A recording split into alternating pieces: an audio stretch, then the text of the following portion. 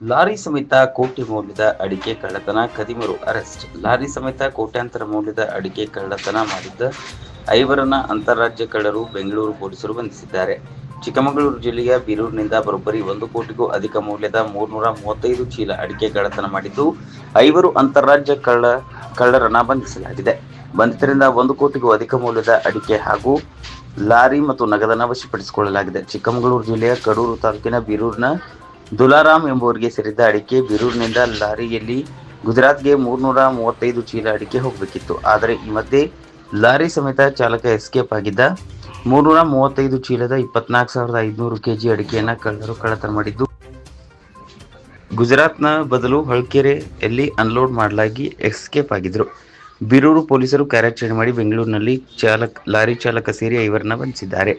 ಹಮ್ಜ್, Mohammed Gauss Khan, Mohammed Subhan, Mohammed Fayaz ಮತ್ತು ಮೊಹಮ್ಮದ್ ಸಾದಿಕ್ ಬಂಧಿತರು. ಬಂಧಿತರಿಂದ 1 ಕೋಟಿ ರೂ. ಅಧಿಕ ಮೌಲ್ಯದ ಅಡಿಕೆ ಮತ್ತು 12 ಚಕ್ರದ ಲಾರಿ ಮತ್ತು 2.30 ಲಕ್ಷ ರೂ. ನಗದನ್ನು ವಶಪಡಿಸಿಕೊಳ್ಳಲಾಗಿದೆ.